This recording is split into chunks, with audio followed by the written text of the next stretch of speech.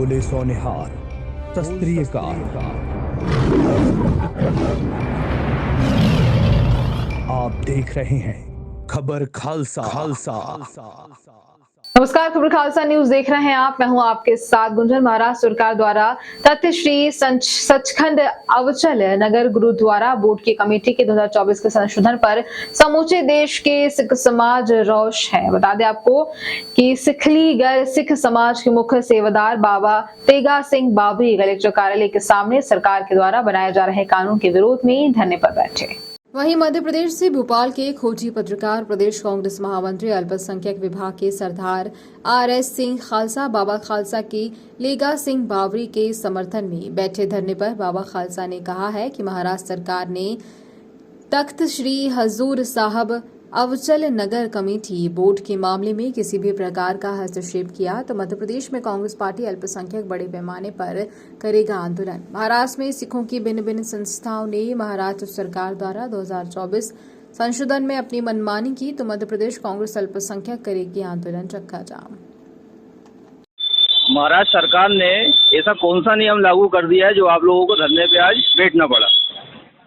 महाराष्ट्र सरकार ने 1956 में एक कलम लागू करी थी जिसके ऊपर हजूर साहब के ऊपर क्या कलम 11 बनाई थी, यानी महाराष्ट्र सरकार का ही प्रधान रहेगा और वहाँ के मेंबर आते थे। लेकिन 1956 के अंदर उन्होंने अभी संशोधन करके 2024 में उन्होंने एक नया कानून लागू करा है जिसके अंदर गवर्नमेंट के 12 मेंबर रहेंगे, बाकी तीन जो मेंबर है हजूर साहब से जीत कर आएंगे और बाकी 2-3 बाहर के रहेंगे। जिसकी वजह से क्या हो रहा है, बाकी मतलब जो पूरा महाराष्ट्र सरकार का ऐसा प्लान चल रहा है कि हजूर साहब के ऊपर जल्द से जल्द हमें कब्जा करना चाहिए और जल्द से जल्द उनके मेंबर भेज के उनका ही प्रधान बना के उनका ही नियम लागू करने का उनका प्रयास है।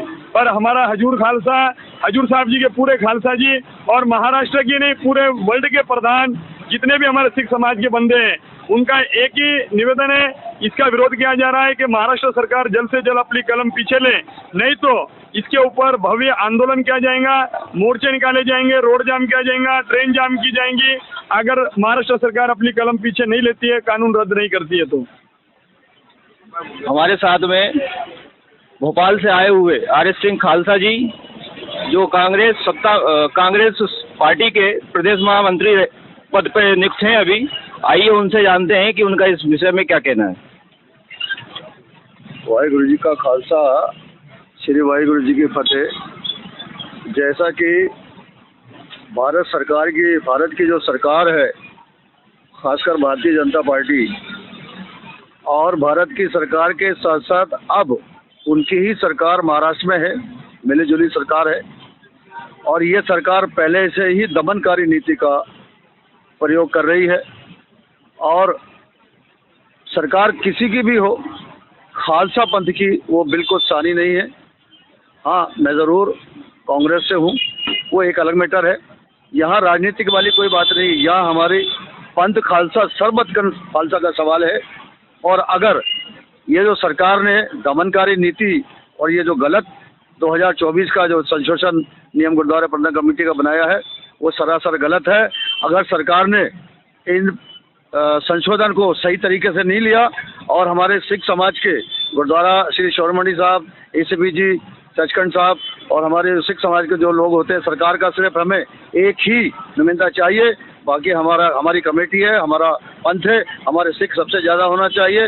अगर इसमें जल्द से जल्द सरकार ने सुधार नहीं किया तो मध्य प्रदेश का अल्पसंख्यक विभाग का प्रकोष्ठ का कांग्रेस सड़कों पे मध्य प्रदेश पे उतरेगा और बहुत बड़ा आंदोलन करेगा। ये मैं चेतावनी देना चाहता हूँ महाराष्ट्र की सरकार को।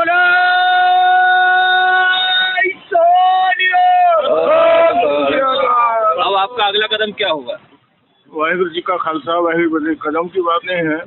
पहली बात तो नांदेड़ शहर के जो आमदार है, खासदार है, इन्होंने कोई डिमांड नहीं करी, ना हजूरी संगत ने डिमांड करी, ना हमारे हजूरी खालसा ने डिमांड करी, ना डिमांड ना करते हुए इन्होंने हमारे पे ये कायदा क्यों थोपा है 2024। हाँ भाई, हमारी कोई डिमांड है, हमने कोई डिमांड करी है आपसे तो हमारा करो ना। हमारी कोई डिमांड ही नहीं है आपसे। भारतीय सरकार ने जानबूझकर, जिंदा सरकार ने और फडणवीस ने जानबूझकर 2024 लागू किया है। सिर्फ हमारे 3 मेंबर कुर्द्रा बोर्ड के हजूर साहब के, बाकी 12 नॉमिनेट हमको क्या करना है? हमारे कौन से टाइम पे साथ दिया भार वाले ने? पहले इतने मेंबर भाग गए थे, किसने साथ दिया हमें?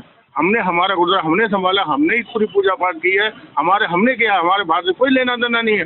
हमारे पूरे हजूर साहब संगत एक ही डिमांड है कि हमारा जो 1956 का एक्ट है वही लागू होना चाहिए और दूसरा कोई एक्ट हमारे को लागू नहीं होना चाहिए। वाहिगुरु जी का खालसा, वाहिगुरु जी। पंथ हमारा है, शहर हमारा है, पूरा अफजल नगर नांदेड़ ये हमारे 10वें गुरु गोविंद सिंह जी महाराज जी की संपत्ति है।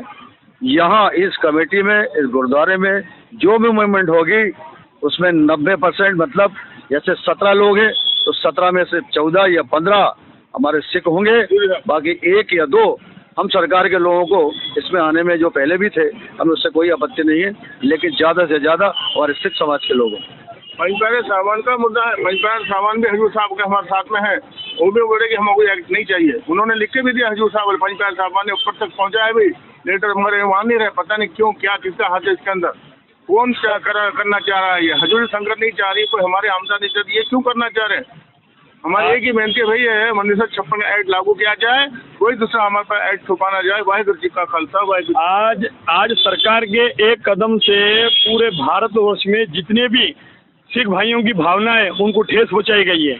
महाराष्ट्र सरकार ने ना ही किसी को कोई निवेदन दिया, ना ही किसी से कोई पूछताछ की। माननीय हमारे यहाँ के पंथ के पंचप्यारे साहिबा ने हमारे 5 तख्त हैं, 5 तख्तों में से कोई भी एक तख्त को इसका कोई निवेदन नहीं दिया कि भाई जल्द से जल्द कि हम ये चीज़ कर रहे हैं। अगर बात जैसे बोलने के पहले, करने के पहले अगर हमारे से पूछा जाता तो हम ये जब इस पर रोक लगाने की कोशिश करते थे।